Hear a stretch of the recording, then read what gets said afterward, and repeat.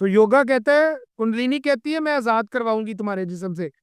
Bible कहती है मैं तुझे दोबारा से नया जन्म दूंगा ताकि तेरी गंदगी खत्म हो जाए। ये बहुत बड़ा फर्क है। स्वामी विश्वानंद बहुत बड़ा कुंडलिनी का एक गुरु है। वो कहता है ये बहुत बड़ी शक्ति है जो जीवन देती है, यानी जीवन को बहाल करती है, यानी जीवन बढ़ाती है, और इसमें जीवन है। उसकी स्टेटमेंट है ये। और वो कहता है वो सांप है जो लिपटता है, जो 7 चक्कर पूरा करता है वो सांप है, ये उसके अकॉर्डिंगली। और वो कुंडलिनी का बड़ा एक्सपर्ट है, योगा टीचर है, हाईएस्ट लेवल का, छोटे लेवल का नहीं है। अच्छा, मुकाशफा 12 बाब 9 आयत पढ़ते हैं, वो क्या कहते हैं, वहां पे क्या लिखा?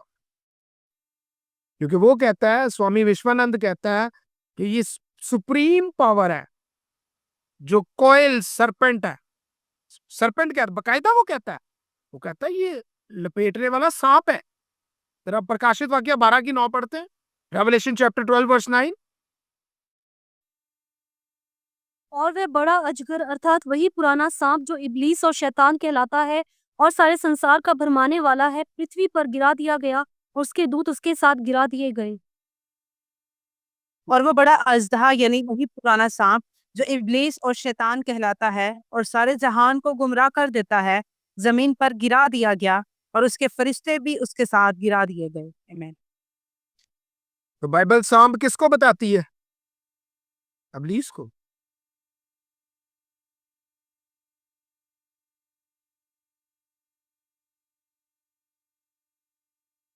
ओके,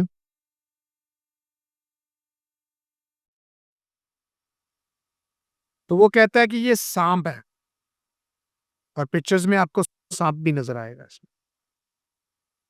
बाइबल क्या बताती है? नहीं। इसलिए याद रखिए ये एक धोखा है, और लोग इस धोखे में बड़ी जल्दी आते हैं। हमारे मसीह बहुत जल्दी आते हैं। और यीशु ने जीवन दिया है। यूना 1 की 10 पढ़ लीजिएगा, टाइम शॉर्ट है, मैं जल्दी जल्दी चलता हूं। यीशु ने कहा कि मैं जीवन दूंगा, मैं जीवन देता हूं, और जीवन ही मैं हूं। यिर्मयाह 29 की 11, हमेशा का जीवन। प्रभु कहते हैं मेरे विचार तुम्हें हमेशा के जीवन देने के, हमेशा की जिंदगी देने के हैं। यिर्मयाह 29:11 वो कहता है मैं तुम्हें हमेशा का जीवन दूंगा। यीशु के लिए यशायाह 9 की 6 में लिखा हुआ है कि वो अब्दियत का बाप है, अनादि पिता है, एवरलास्टिंग फादर है। Everlasting, what is everlasting? जीवन, जिंदगी का पिता है, सोर्स है। पिता मीन सोर्स, एवरलास्टिंग मीन हमेशा का जीवन, अब्दियत, अनादि, हमेशा का जीवन, हमेशा की जिंदगी, अनंत काल। थैंक यू बेटा दर्शन। पिता का मतलब जरिया, फादर का मतलब सोर्स। वो कहता मैं तो तुम्हें हमेशा जीवन देता हूँ। क्या ये कहते? नहीं, इनके पास हमेशा का जीवन वाली कोई बात नहीं है, क्योंकि ये दे ही नहीं सकते। और हमें तो यीशु डायरेक्ट देते हैं। मगर कुंडलिनी जो है वो ब्रह्मा, विष्णु और शिवा के साथ जुड़ी हुई है। मैं नहीं कहता ये कि तांत्रिक क्या बोलते हैं, टीचर्स हैं। तांत्रिक कह रहा हूँ, ये कुंडलिनी टीचर्स जो है वो साफ बताते हैं। शिवा तीसरी आंख है, थर्ड आई। 6 हिस्सों को पार करने के बाद शिवा की बारी आती है, जो थर्ड आई होती है, वो अवेकनिंग लेकर आती है। और वो कहते हैं हाँ हम तुम्हारा जो है मिलाप करवा दिया, जबकि हमारे लिए यीशु ही बहुत है। और एक चर्च में आते हैं, ज्यादा कुंडलिनी की डिटेल में नहीं चलते, लेकिन मैं उसका काम बता रहा हूँ कि क्या है। Let's go to the church. Church में कैसे आ सकती है? वहां पे आप प्रेयर करते हैं, आप आराधना करते हैं, आप प्रस्तिश करते हैं, आप कलाम पढ़ते हैं, आप दुआएं करते हैं, तो चर्च में कैसे आ सकती है? किस किस के मन में ये सवाल है?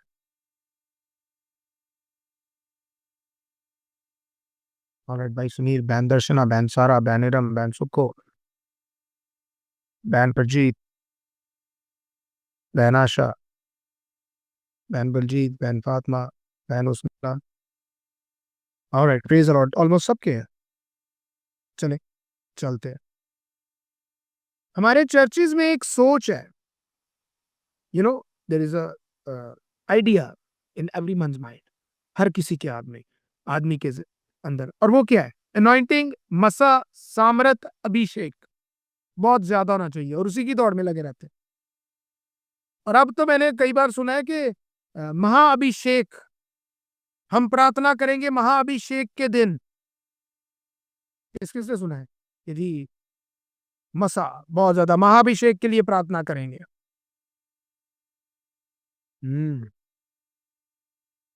लोगों को अभिषेक का पता नहीं है, उनको अभिषेक चाहिए, उनको मसा चाहिए, उनको अनॉइंटिंग चाहिए। अनॉइंटिंग का मतलब होता है रब करना, करना।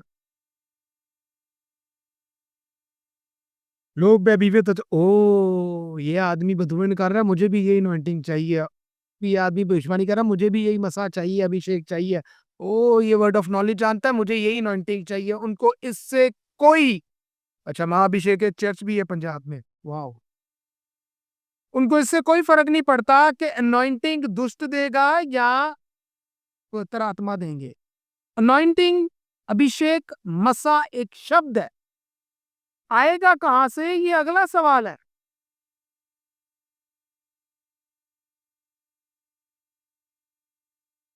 ये अगला सवाल है, अनॉइंटिंग आएगी कहां से। अब मसा के चक्कर में लोग इब्लीस के हाथों में फंस जाते हैं और कुंडलिनी कहती है मैं पवित्र आत्मा हूं। हमने पिछले साल जब हम पर ये राज खुला कुंडलिनी का, तो हमारा पहला तजर्बा था, एक बेटी 16-17 साल की थी और उस बेटी में उनके मुताबिक पवित्र आत्मा आ जाते हैं और पवित्र आत्मा कुत्तों से बातें करते हैं। ये कौन सी बात होगी? वाकई? हाँ जी। अच्छा, और वो जो कहती है वो होता भी है। ऑलराइट, ठीक है। और पता नहीं उसको अचानक से क्या होता है, वो खुदकुशी करने की भी कोशिश करती है। खुदा कौन है समझ नहीं आ रही। फिर खुदा के उन्हें बताया ये कुंडलिनी है और ये उनको ऐसे ही दर्शाती है जैसे मैं पवित्र आत्मा, मगर ये पवित्र आत्मा नहीं है। खुदा के उन्हें गाइड किया कि ये कौन है। जब उसके बाद डीप स्टडी की तो पता चला, ओहो। मैं अक्सर जब टीम को कहता हूँ बेटा ये आपके लिए स्पेशल केस है, इसका मतलब होता है कुंडलिनी की स्पिरिट है, और वो शख्स दोबारा नहीं आता क्योंकि वो एक्सपोज हो जाता है, वो दोबारा नहीं आता। ज्ञान है नहीं, अनॉइंटिंग चाहिए। इल्म है नहीं, कलाम का, वचन का ज्ञान नहीं, इल्म नहीं, और अनॉइंटिंग मसा चाहिए। अब लोग कहेंगे पतरस तो पढ़ा लिखा नहीं था। रसूलों के करते में लिखा हुआ है माल की किताब में कि जनाब वो यस्सु के साथ रहा था, लोगों ने इस बात को पहचाना। पहले मुझे 1 मिनट दी।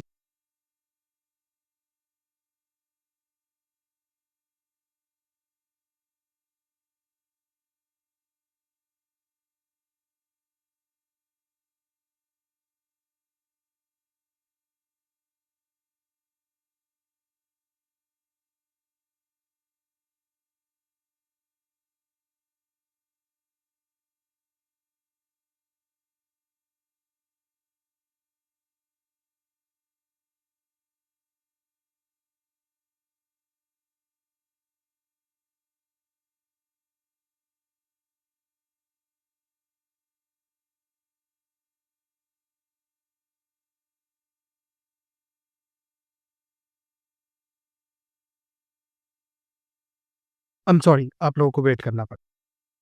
सो बाइबल का ज्ञान इल्म है नहीं, लेकिन अनॉइंटिंग चाहिए। पतरस भी जी पढ़ा लिखा नहीं था, लेकिन लिखा हुआ है लोग जाने और पहचाने कि ये यीशु के साथ रहा। और यीशु कौन है? कलाम। उसको लिखना नहीं आता था, इसलिए उसने मरकस से लिखवाया। उसने बताया और मरकस ने लिखा। पलूस पढ़ा लिखा, यानी समझ ले कि पीएचडी डॉक्टर आदमी था वो, ज्ञान में, इल्म में, मगर उसके हाथ काम नहीं करते थे, लिख नहीं पाता था, जिसकी वजह से लूका ने उसकी हेल्प की।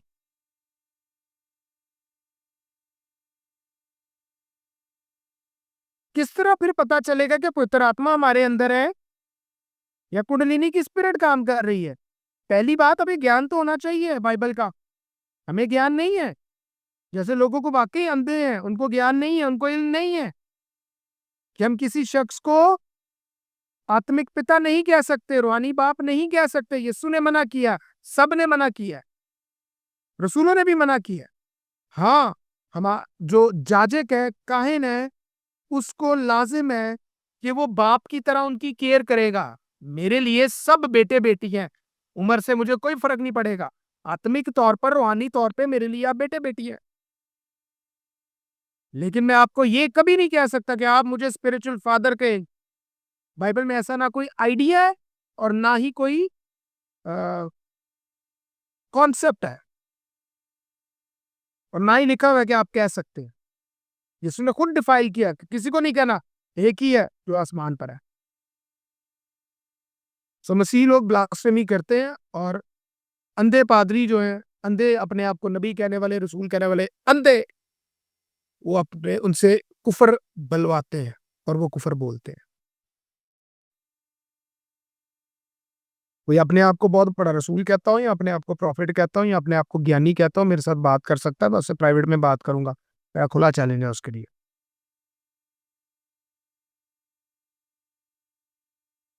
जानते हैं इसराइलियों ने क्या किया था? गिनती 21 पाप 8 और 9।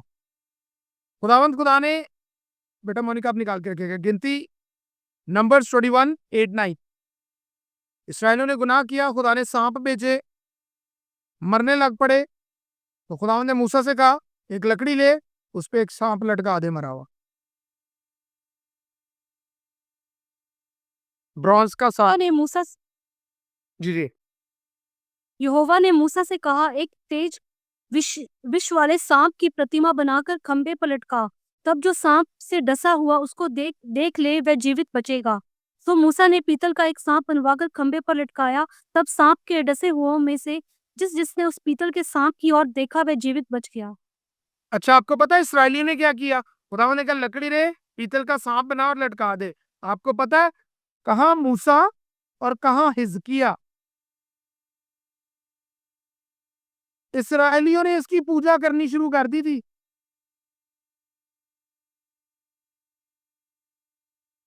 कहाँ मूसा, किधर हिजकिया,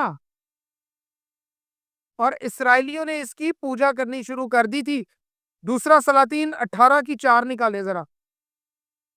सेकंड किंग्स 18:4, दूसरा राजा 18 की 4। बड़ा सारा आपने भी पढ़नी है। उसने ऊंचे स्थान गिरा दिए, लाठों को तोड़ दिया, अशेरा को काट डाला, और पीतल का जो सांप मूसा ने बनवाया था उसको उसने इस कारण चूर चूर कर दिया कि उन दिनों तक इजरायली उसके लिए धूप जलाते थे, और उसने उसका नाम नहुश्तान रखा। नुस्तान, एग्जैक्टली यही नेम है। उसने ऊंचे मुकामों को दूर कर दिया और सतूनों को तोड़ा और यस्रीत को काट डाला, और उसने पीतल के सांप को जो मूसा ने बनाया था चकनाचूर कर दिया, क्योंकि बन इसराइल उन दिनों तक उसके आगे बखूर जलाते थे, और उसने उसका नाम नहुस्तान रखा। आमीन। नुस्तान का मतलब है, नुस्तान का मतलब है पीतल का टुकड़ा। आपने लोगों की सेंस चेक की है कि मूसा से लेकर हिजकिया के दौर तक, हिजकिया के दौर के पहले दौर तक वो उसको पूछते रहे। लोग ये नहीं सोचते कि अनॉइंटिंग, मसा, सामरत, अभिषेक कहां से आ रहा है। उनको चाहिए है बस जो मर्जी दे।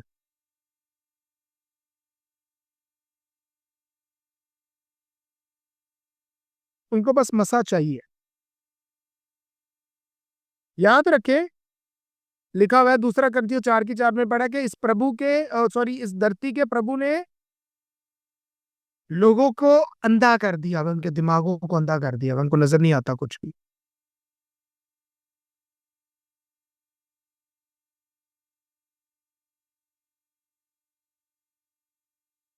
क्या पाकरू की तरफ से अभिषेक मसा मिलता है? बिल्कुल मिलता है, क्यों नहीं मिलता? आ, अमाल की किताब रसूलों के करते प्रेरितों के काम 10 अध्याय 38 आयत। यीशु को यहोवा ने मसा किया, और हम भी वही अभिषेक मांगते हैं, वही मसा मांगते हैं, और वो हमें मिलता है।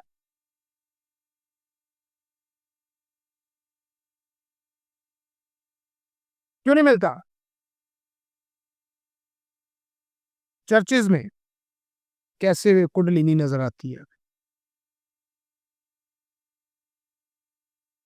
याद रखिए, जहाँ पे पाखरू की अनॉइंटिंग होगी, पवित्र आत्मा की सामर्थ अभिषेक होगा, पाखरू के वजह से हम लोग आगे बढ़ रहे होंगे, वहां पर खुदावंद खुदा लोगों को जोड़ते हैं, तोड़ते नहीं है। तोड़ते सिर्फ उन्हीं को हैं जो इब्लीस की तरफ से, और जिन्होंने अपना स्वभाव, अपना नेचर चेंज नहीं करना है।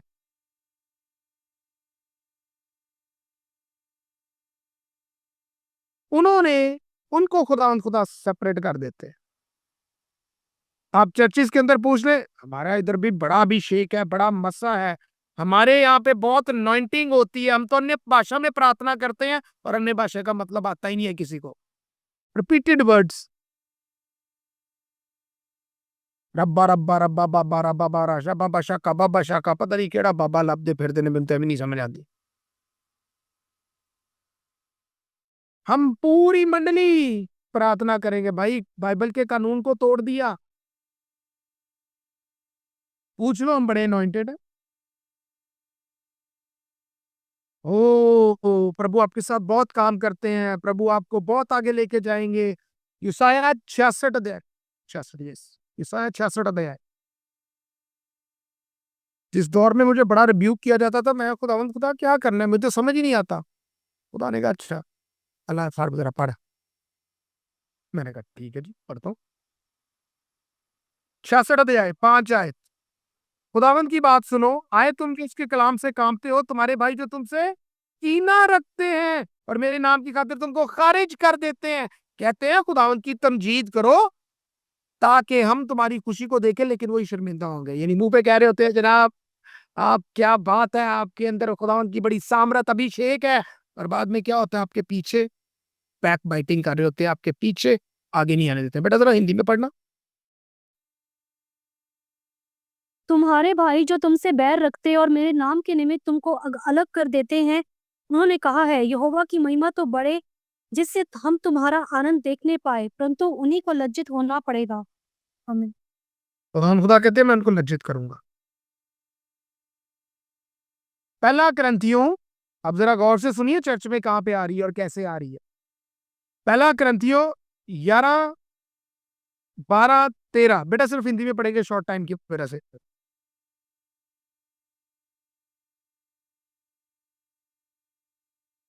फर्स्ट करंथियंस चैप्टर 1 पहला अध्याय 11 12 13 है। क्योंकि हे मेरे भाइयों, खलोए के घराने के लोगों ने मुझे तुम्हारे विषय बताया है कि तुम में झगड़े हो रहे हैं। मेरा कहना यह है कि तुम में से कोई तो अपने आप को पौलुस का, कोई अपोलोस का, कोई कैफा का और कोई मसीह का कहता है। क्या मसीह बट गया? क्या पौलुस का? वो कहता है क्या मसीह बट गया? हाँ जी, आज तो मसीहों का जो मसीह है वो बटा हुआ है। पहली बात है वो मसीह को जानते ही नहीं है। ये भवन ये फला पादरी का भवन है, ये चर्च फला पादरी का, ये चर्च फला प्रॉफिट का है, ये चर्च फला रसूल का है, तो यीशु का क्या है?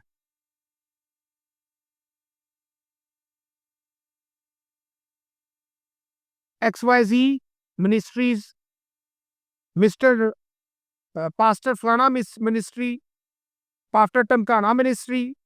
प्रचार किसका कर रहे हो? यीशु का, और नाम अपना लगाया हुआ है।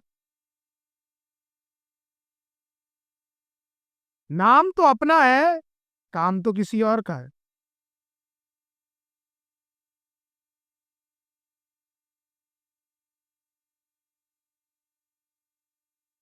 अपने नाम से मिनिस्ट्री लगाइए, काम किसका कर रहे हैं? यीशु का कर रहे हैं।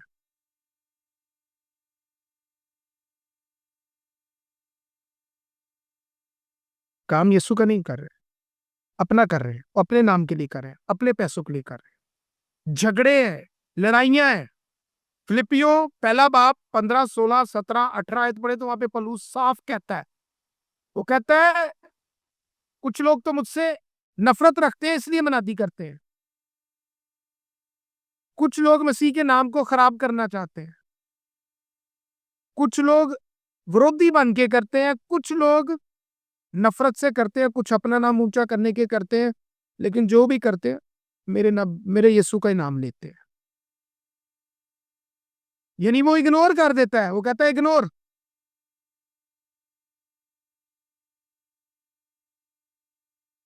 वो कहता है इग्नोर।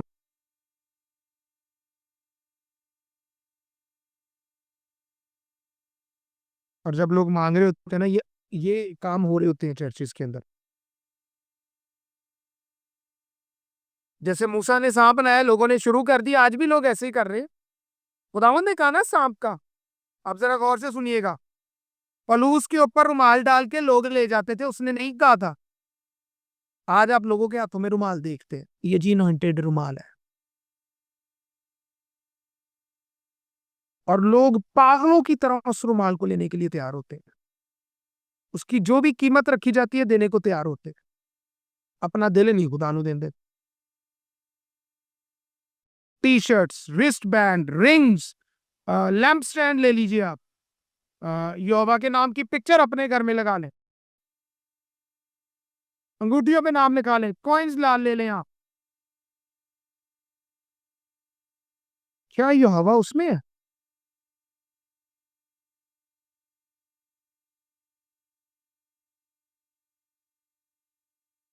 वो नाम जो यहूदी लिखने से डरते हैं कि कहीं गलत लिखा गया तो खुदा का गुस्सा नाम पे गजब ना आ जाए, यहोवा का नाम नहीं लिखते हैं वो, उसको एडोनाई बोलेंगे, एलोहीम बोलेंगे, मगर कभी भी उसका नाम लिखने के लिए तैयार नहीं। और जिस पेंसिल से वो उसका नाम लिखते हैं वो पेंसिल तोड़ दी जाती है, उससे कोई और चीज नहीं लिखी जाती है। वो इतना एहतराम करते हैं, वो इतना इज्जत करते हैं उस नाम की, और हमने अंगूठियों में छुपवा लिए हैं।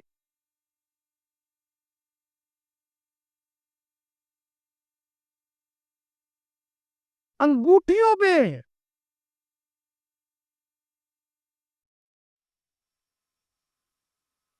पता नहीं कहां से करते हैं। दूसरी बात,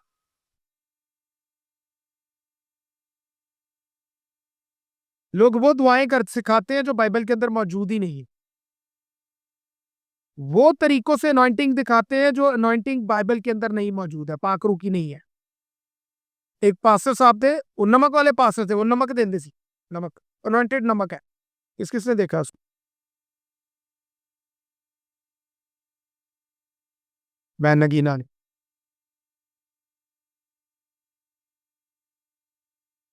बैन उसना ने, बैन सुखो ने, बैन माजी हीरामनी ने, और हनी भी है साथ, बैन नीला ने भी। यानी वो नमक मसा करके दे रहा है, पाकरू का मजाक करने बना रहे हैं। वो इंडिया में एक है, मैं इसलिए अपना ना सिर्फ ना नहीं रखना, मैंने ना नहीं पसंद है, अग्गा नहीं मैंने पसंद है।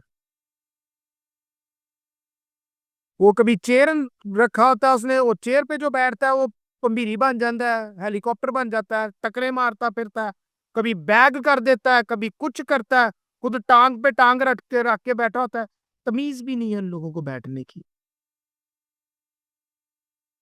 एक बड़ी सी कुर्सी लगाई होती है, उस पे एक आदमी बैठा होता है और वो सबको कंट्रोल कर रहा था। ओह यस,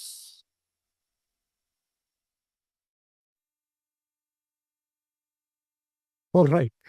जुमैला कह रही है दूध का और नमक का कॉम्बिनेशन का भी कोई फॉर्मूला देते हैं।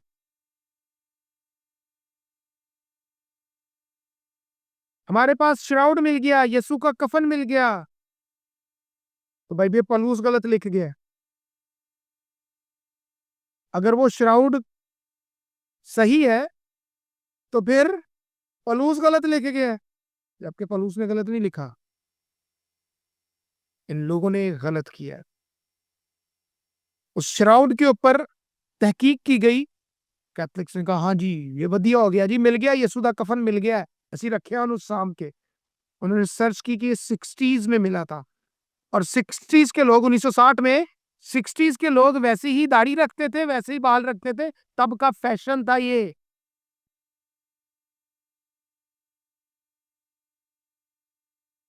तब का फैशन था ये। जो लोग इसराइल जाते हैं उधर जी, ये वो पत्थर था, ये वो स्लैब है जिसके ऊपर यीशु को लटाया गया, लोग स्लैब नु चुम चुम भावे हुए पे ने, मूर्ति पूजा है। वो कहता है मैं तो तुम्हारे अंदर रहता हूं, कहता है आपका शरीर पवित्र आत्मा का मंदिर है, आपका बदन पाकरू की हैकल है।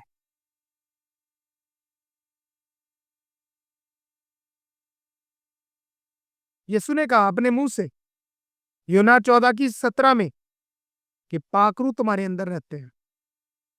यीशु के अपने मुंह के शब्द है।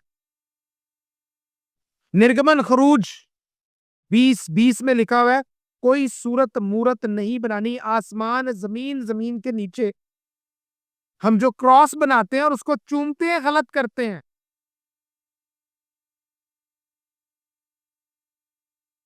वो गलत है।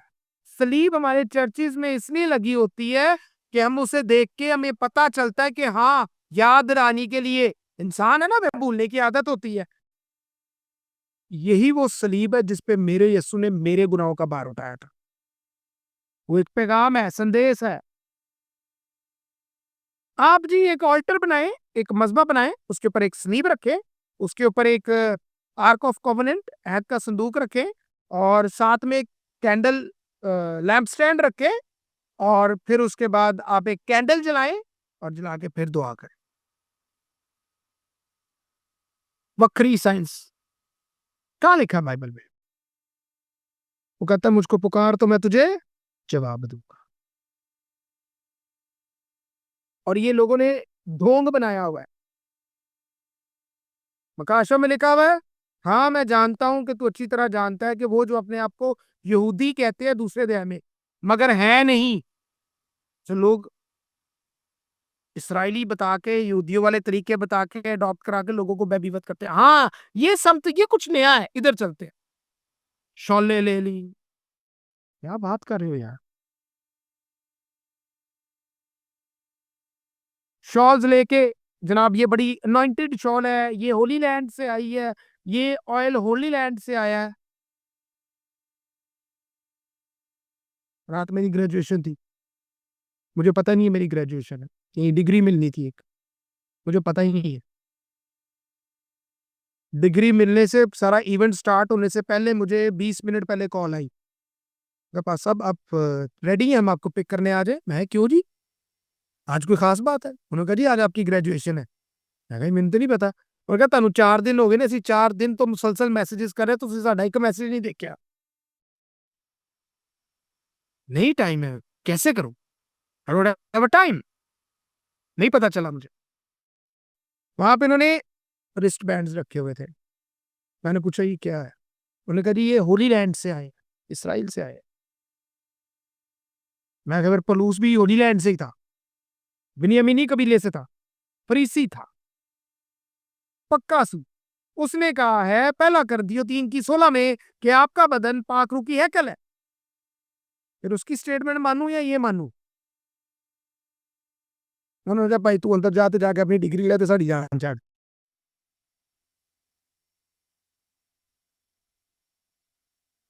हमें सिखाया नहीं जाता, सीखते हमने तैयार नहीं। और कहते हैं कुंडलिनी तो काम नहीं कर रही है। सो पहला सवाल मेरा, अगर पाकरू आपके अंदर है तो आप मिलकर खिदमत क्यों नहीं करते हैं? एक चर्च अगर एक जगह पर है, दूसरा दूसरी जगह पे होना चाहिए। कल एक बच्चे ने चर्च में मुझे सवाल किया, सर वो हमारे पाजी साहब कह रहे थे पाकिस्तान में कि जनाब आप कुर्बानी का गोश्त खा सकते हैं। मैंने कहा नहीं खा सकते भाई।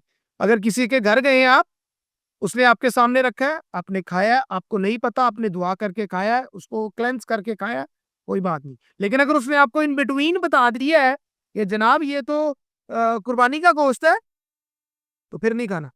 उसको कहना भाई ये अपने अपने पास रखे, मेरे लिए मेरी मसीह ने कुर्बानी दे दी हुई है। और पलूस यही बात कहता है। मैं किसी के घर में गया हूं, मुझे नहीं पता, उसने मुझे खाने की दावत दी है, मैं उसके घर में गया हूं, मुझे बिल्कुल नहीं पता उसने कुर्बानी का गोश्त रख दिया, किसी तरह की भेंट रख दी है, प्रसाद रख दिया, मुझे नहीं पता उसका। मेरा काम है कि मैं कोई भी चीज खाऊंगा मैं उसे क्लेंस करूंगा। हम चर्च में भी पानी की बोतल्स जब लेते हैं, डेस्क से उठाते हैं, तो जैसे ही उसको उठाते हैं तो पहले उसको क्लेंस करते हैं कि यीशु के लोग उसे क्लेंस करते हैं, हालांकि वो चर्च में पड़ी हुई।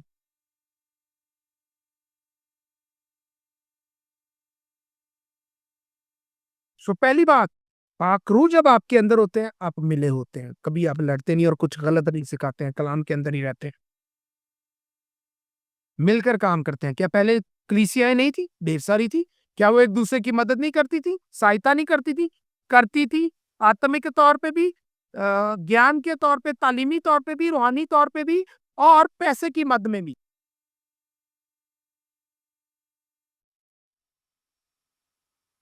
पाखरू जोड़ते हैं, वो तोड़ते नहीं। इसीलिए शीप स्टीलिंग बहुत ज्यादा है। दो तरह के मसीही हैं जिनको खींचा जाता है। एक वो पादरी जो चोर है दूसरों की कलीसिया से, उठो उठो उठो, बंदे इतने आने चाहिए। भाई नए आदमी, नए लोगों को वचन सिखाओ, लोगों को बताओ मसीह के बारे में, उनको लेके आओ। हर चर्च में एक एवेंजलिस्ट होता है, मुबशर होता है। उससे पूछे कितने नए लोग लेकर आया। निकम्मों की तरह एक नाम नाद साथ लगा होता है जी, आई एम इवेंजलिस्ट।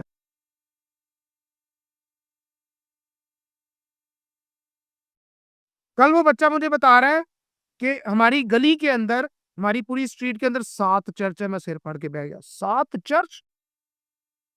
कैसी अजीब बात है। मिलकर काम नहीं करना, अपनी नवी हट्टी खोल लेनी, नई दुकान चला के बैठ जाएगी।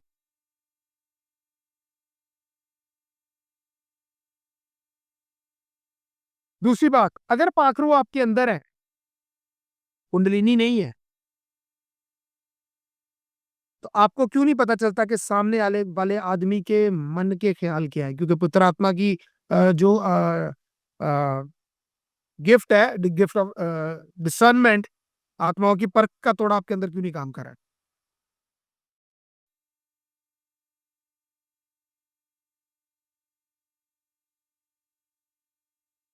जी बेटा, मुझे पता चला ये कल, मैंने न्यूज देखी।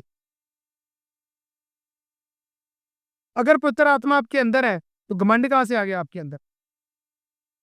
अगर पुत्र आत्मा आपके अंदर है तो आपके अंदर अधीनता क्यों नहीं है? आपके अंदर फर्माबरदारी क्यों नहीं है? एक दूसरे की बात मानने को तैयार क्यों नहीं है आप? क्यों एक दूसरे की लेग पुलिंग करते अगर पाखरू आपके अंदर काम कर रहे हैं? मेरे ये सवाल है। हमारे पास ना राइस क्रिश्चियन भी है। पता है, ये टर्मिनोलॉजी इवेंजलिज्म में सिखाई जाती है। इवेंजलिज्म में ये सिखाई जाती है आपको। राइस क्रिश्चियन कौन होते हैं आपको पता? ये नाम इंडिया में से ही पड़ा था, राइस क्रिश्चियन। ये इंडिया से ही निकला है। राइस क्रिश्चियन वो होते हैं जो सिर्फ लालच के दिए आते हैं, हमारा काम हो जाए। कैथलिक से उठे 7th डे में चले गए, लालच है।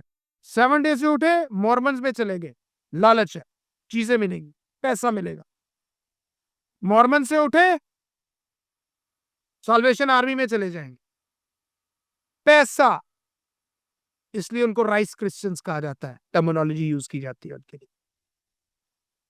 उनको खुदा नहीं चाहिए, उनको चीजें चाहिए, पैसा चाहिए, मदद चाहिए। ऐसे लोग को मैं खुदा करूं तो काम नहीं कर रहे होते। कलीसियाओं में लोग एक दूसरे के फर्माबरदारी नहीं करते हैं, जबकि इफिसियों 5:21 आयत में लिखा हुआ है कि एक दूसरे के अधीन रहो, एक दूसरे के ताबे रहो, खुदावंद के खौफ में, प्रभु के भय में रहते हैं।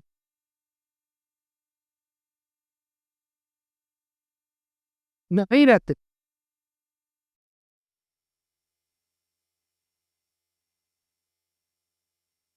पितरात्मा काम कर रहे हैं आपके चर्च में। ये मेरे लिए नई खबर है बेटा। Thank you for informing.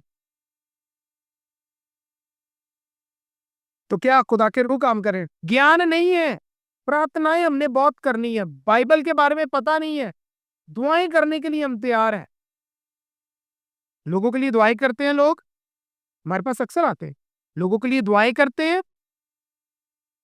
उनके काम हल हो जाते हैं, उनकी शिफाएं आ जाती हैं, वो अपने ईमान से, अपने विश्वास से ले लेते हैं, उनके घरों में प्रॉब्लम्स नहीं जाती। सीखने को भी तैयार नहीं।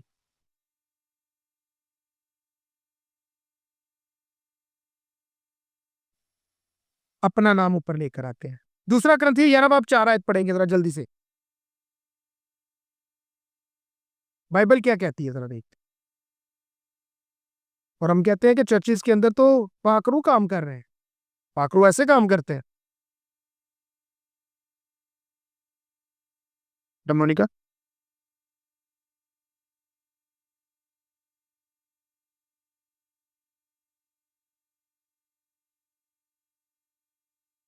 पासी 11 की 4।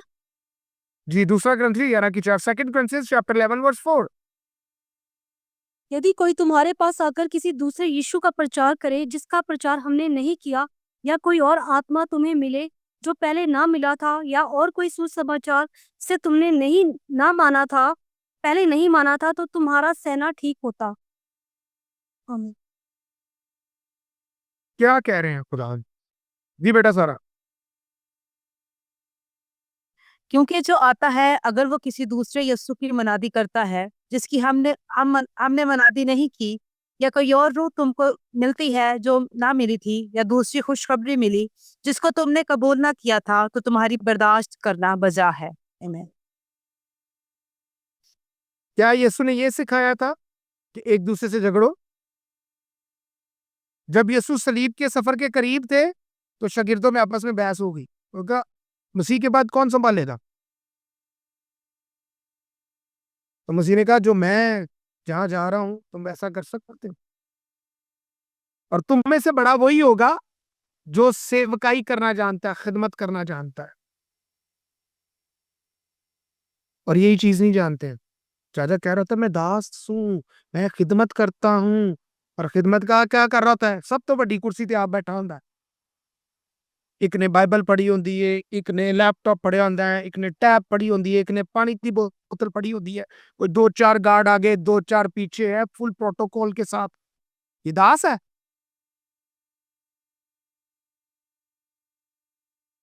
BMW 7 सीरीज से उतरेंगे, वाह ये दास है? क्या खुदा अपने लोगों को बरकत नहीं देता? देता है।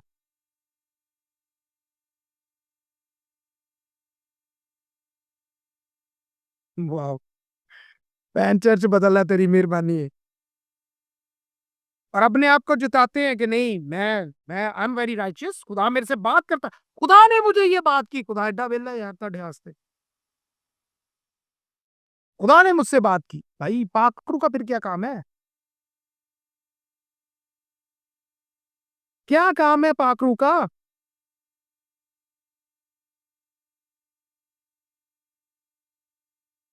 दूसरा ग्रंथियों 10 जल्दी जल्दी पढ़ेंगे। आप टेकन टू मच टाइम। अभी तो हमने ये देखा ही नहीं कि उसके सिम्टम्स क्या है। अभी तो हम सिम्टम्स पे चल रहे हैं। कोई बात, मंडे को सीख लेंगे आप। लेकिन अभी तो ये चीजें मैं आपको बता रहा हूँ चर्चिस के अंदर है। हाँ जी बेटा। पासी दूसरा क्रंथियो 10 10, 12 और 13। पहले एक ही। दूसरा ग्रंथियों 10 अध्याय बेटा, 12, 13। क्योंकि हमें यह याद नहीं कि हम अपने आप को उनमें से ऐसे कितनों के साथ गिने, या उनसे अपने को मिलाए जो अपनी प्रशंसा करते हैं और अपने आप को आपस में नाप तोलकर एक दूसरे से मिलान करके मूर्ख ठहरते हैं। हम तो सीमा से बाहर घमंड कदापि ना करेंगे, परंतु उसी सीमा तक जो परमेश्वर ने हमारे लिए ठहरा दी है, और उसमें तुम भी आ गए हो, और उसी के अनुसार घमंड भी करेंगे हम। आपको समझ में आ रही है? और अभी आपको एग्जांपल्स भी देता हूँ बेटा, सारा जल्दी से पढ़िएगा। क्योंकि हमें ये क्योंकि हमें ये क्या हो गया बेटा? सॉरी क्योंकि हमें ये जरूरत नहीं कि अपने आप को उन चंद शख्सों में शुमार करें या उनसे कुछ निस्बत दें जो अपनी नेक नामी जताते हैं, लेकिन वो खुद अपने आप को आपस में वजन करके और अपने आप को एक दूसरे से निस्बत देकर नादान ठहरते हैं। लेकिन हम अंदाजा से ज्यादा फख्र ना करेंगे, बल्कि उसी इलाका के अंदाजा के मौफिक जो खुदा ने हमारे लिए मुकर्रर किया है, जिसमें तुम भी आ गए हो। किसी को समझ आई ये बात? ये लोग अपने आप को जिताते हैं कि हम बड़े पवित्र हैं। पौलुस कहता है मैं अपनी अपनी सीमा पार नहीं करूंगा जिस पे मुझे फख्र होना चाहिए। और फख्र हमारा कौन होता है? यीशु। हमारा फख्र कौन है? सिर्फ यीशु फख्र है हमारा। लोग अपना नाम से जी देखे, खुदा मुझसे डायरेक्ट बात करता है। देखे मैं आपके सपने में आया हूँ। आप सोचे मेरा आत्मिक राज में, स्पिरिचुअल realm में, आसमानी राज में कितना कंट्रोल होगा। उसको खुद नहीं पता था कि भाई तुम जो बीच में है वो तुम नहीं हो, वो यीशु है। Thus said the Lord. Lord said to me. अच्छा जी, केड़े लॉर्ड ने? पाकरू भैया आपसे बात करते हैं। Angel of the lord came to me. Okay, खुदा का फरिश्ता मेरे पास आया। तो भाई पाकरू आपसे कैसे बात करते हैं? आपको पाकरू की आवाज नहीं आती है? आपको पाकरू बताते नहीं है? पवित्र आत्मा बताते नहीं है? क्या फरिश्ते बात नहीं करते? करते हैं, क्यों नहीं करते? बट बहुत ही रेयर केसेस में, क्योंकि पाकरू हमारे साथ बात कर रहे होते हैं, वो हमें बता रहे होते हैं, गाइड कर रहे होते हैं। और हम कहते हैं कि नहीं, हमारे चर्चेस में स्पिरिट ऑफ कुंडलिनी काम नहीं करती, और वो कहते हैं हम पवित्र आत्मा से भरे हुए हैं, हम पाकरू से भरे हुए हैं। कितना अपलिफ्ट किया जाता है उन बच्चों को जिनमें खुदावंद के रूह की तरफ से अनॉइंटिंग होती है कि हाँ ये अपने तोड़े में काम करें। कितना उनको आगे लेकर आया जाता है ताकि मसीह के लोगों को प्रचार करें उसका। हर चर्च में एक एवेंजलिस्ट होता है, एक मुबशर होता है। कभी कितनी रूहें जीत कर लेकर आता है, उसका काम एवेंजलिज्म होता है। करता है वो। मोरावंस 17वीं सदी में मोरावंस थे जिन्होंने पहली इवेंजलिज्म की, यानी मुबशराना खिदमत प्रचार की अन्य जातियों में यीशु के नाम को फैलाने के लिए पहला स्टेप उठाया था। ना वो हृदय, मेरी समझ में नहीं है कि ऐसा हृदय किसी में हो। जानते हैं उन्होंने क्या किया था मोरावंस में? उन्होंने अपने आप को दो लोगों ने गुलाम होने के लिए बेच दिया। पैसे लिए, उनको दे दिए, और खुद गुलाम बन के चले गए अफ्रीका में। क्यों? ताकि मसीह का प्रचार कर सके। उनको नहीं पता गुलामों के साथ क्या होता था। वो मारते थे, सोना भी, थोड़ा सा खाना, काम ज्यादा, फिर प्रचार करने के लिए। कैसी मसीह की मोहब्बत है कि अपने आप को ही बेच दिया सिर्फ मसीह का प्रचार करने के लिए, मसीह की खुशखबरी सुनाने के लिए।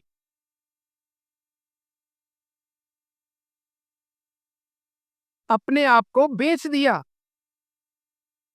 गुलामों में जाके मनादी की, यीशु है जो हमें आजाद करता है, यीशु है जो हमें बरकत देता है, यीशु है जो हमें हमेशा का जीवन देता है, यीशु है जो हमारी रक्षा करता है हृदय। मैं नाम भूल गया उस आदमी का। आ, उसके दो बच्चे, उसकी बीवी को उसके सामने जला दिया गया। उसको एवेंजलिज्म की टीम ने कहा कि वापस चला जा। उसने कहा मैं नहीं जाऊंगा, मर जाऊंगा, यीशु के नाम का प्रचार करूंगा, रूहे जीतूंगा।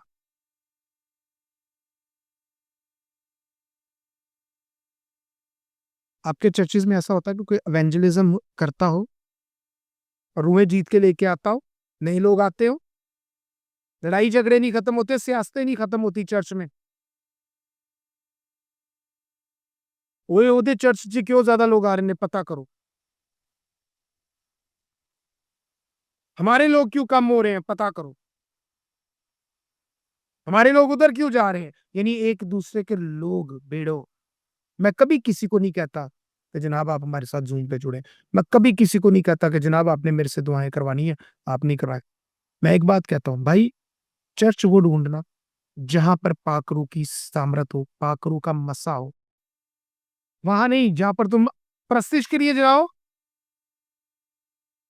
प्रस्तिश के लिए, आराधना के लिए जाओ, और ढेर सारे बैग में दुष्ट आत्माएं भर के ले आओ। पर ऐसे ही होता है, लोग दुष्ट आत्माएं घर लेकर आ जाते हैं। अच्छा, कैसे पता चलता है, क्या निशान है चर्चिस के अंदर? अभी तो हमने आधे रखे, अभी अभी बहुत सारी लंबी लिस्ट है कि कुंडलिनी कैसे काम कर रही होती है। बट मंडे को सीखेंगे, सोमवार को। मैं 1.5 घंटा ले चुका हूं ऑलरेडी। आखिरी बात करता हूं, कंक्लूड करता हूं। वचन की गहराई को सीखें, पाखरू सिखाते हैं, कलाम को सीखें। आप जिस भवन में जाते हैं, मैं भवन में जाने के खिलाफ नहीं हूं, ये बात याद रखिएगा। किसी के दिमाग में ये बात है ना, साहब कहते नहीं भवन में नहीं जाना। क्यों नहीं जाना भाई? संगति नहीं रखनी, रफाकत नहीं रखनी, मिलके आराधना प्रार्थना नहीं करनी? करनी। लेकिन ऐसे भवन में, ऐसे चर्च में जाए जहां पर पवित्र आत्मा की सामर्थ हो, पाक रूह का अभिषेक हो, कलाम वचन के मुताबिक दिया जाता, झूठी बात नहीं। जहां पर लोगों को डिमोटिवेट ना किया जाता हो, जहां पर कलीसिया की मरहम पट्टी भी की जाती हो, जहां पे कलीसिया के अगर राशन पानी की कमी हो गई है वो भी पूरी की जाती हो, जहां पर आत्मिक जरूरतों को भी पूरा किया जाता है और रूहानी जरूरतों की भी पूरा किया। आज मुझे अभी मीटिंग शुरू होने से पहले किसी ने मैसेज किया, तो मैंने मैसेज खोल लिया तो लिखा हुआ था, लिखा रिटन मैसेज था, मैं नाम नहीं लूंगा। उसने कहा कि जी आप मुझे सिखा नहीं रहे हैं, किसी चीज में मुझे एंटर नहीं होने दे रहे हैं, तो आप अगर फीस का कहते हो तो मैं फीस नहीं अफोर्ड कर सकता। तो मैं सिर पड़ के बह गया। मैं कहा भैन तेनू साल हो गया साढ़े नाल, मैं कभी किसी को किया मैनू फीस दो? मैं कभी किसी को नहीं कहता मुझे फीस दो। हम प्रोफेटिक चीजों को सीखते हैं, क्या मैं किसी को कहता हूँ मुझे फीस दो? ये जितने बड़े प्रॉफिट रसूल अपने आप को बताते हैं और वो करते हैं सारा कुछ, फीसिस मांगते हैं। जनाब रजिस्ट्रेशन फीस दे, $1000 दे, 1000 पाउंड दे, आपको ख्वाबों की इंटरप्रिटेशन $200 दे देना, 200 पाउंड दे, $100 दे, फिर आपके ख्वाबों की इंटरप्रिटेशन होगी। कोई आदमी उठ के कह दे कि अदनान साहब आपने कहा है कि जनाब इंटरप्रिटेशन कितने पैसे दूं? कोई आदमी उठ के कह दे कि जी आपने कहा है कि हाँ मैं सिखाऊंगा लेकिन मैं पैसे लूंगा। मैंने ना कभी किसी से कहा ना कभी किसी से मांगा है। मैं सिर्फ अपने बाप से कहता हूँ कि खुदा खुदा मुझे चाहिए, और मैं चलते फिरते कहता हूँ खुदावंद कर देते हैं मेरे, और मैं खुदावंद का शुक्र करता हूँ इस बात के लिए। तो उस चर्च में जाएं जहां पर खुदावंद के कलाम के मुताबिक सब कुछ चल रहा हो। मैं चर्चिस के खिलाफ नहीं हूं, दोबारा बता दूं, लेकिन गलत शिक्षा के खिलाफ हूं। आई डोंट केयर, मुझे इस बात की परवाह नहीं है कि जी उसके नाम के साथ रसूल लगा है, उसके नाम के साथ नबी लगा हुआ है। आई डोंट केयर, मुझे इसकी परवाह नहीं है वो कौन है। गलत बात करेगा, गलत शिक्षा देगा, मैं बाल उतारने में उसके पीछे नहीं हटूंगा। हाँ, किसी को प्रॉब्लम है 365 डे 365 दिन बाइबल पकड़े, मेरे सामने आके मुझसे बात करे, मैं तैयार हूँ। मैं सीखने के लिए भी तैयार हूँ, सिखाने के लिए भी तैयार। हमें एक दूसरे से सीखते हैं। मैं बहुत सारी चीजें बच्चों से सीखता हूँ, टीम मेंबर्स मुझे बहुत सारी चीजें बात करते करते नई चीज मिल जाती है। सो कुंडलिनी वर्क्स, देवी देवता काम कर रहे हैं चर्चिस के अंदर। वही जो हाइड हो गए थे पहली सदी में जब यीशु आए हैं, छुप गए थे, सब बाहर आके काम कर रहे हैं। कौन सी चर्चिस में आपको यूनिटी मिलती है? कोई यूनिटी नहीं मिलती है। वो चार पादरी इकट्ठे हो जाए, किसी जो बदरू आ जाए तो चारा पादरियां का सोच होती है मेरे थ्रू निकले, मेरे थ्रू मेरा नाम आए, मेरा नाम आए, और वो दुष्ट आत्मा हंस रही होती है, खेल रही होती है उनके साथ।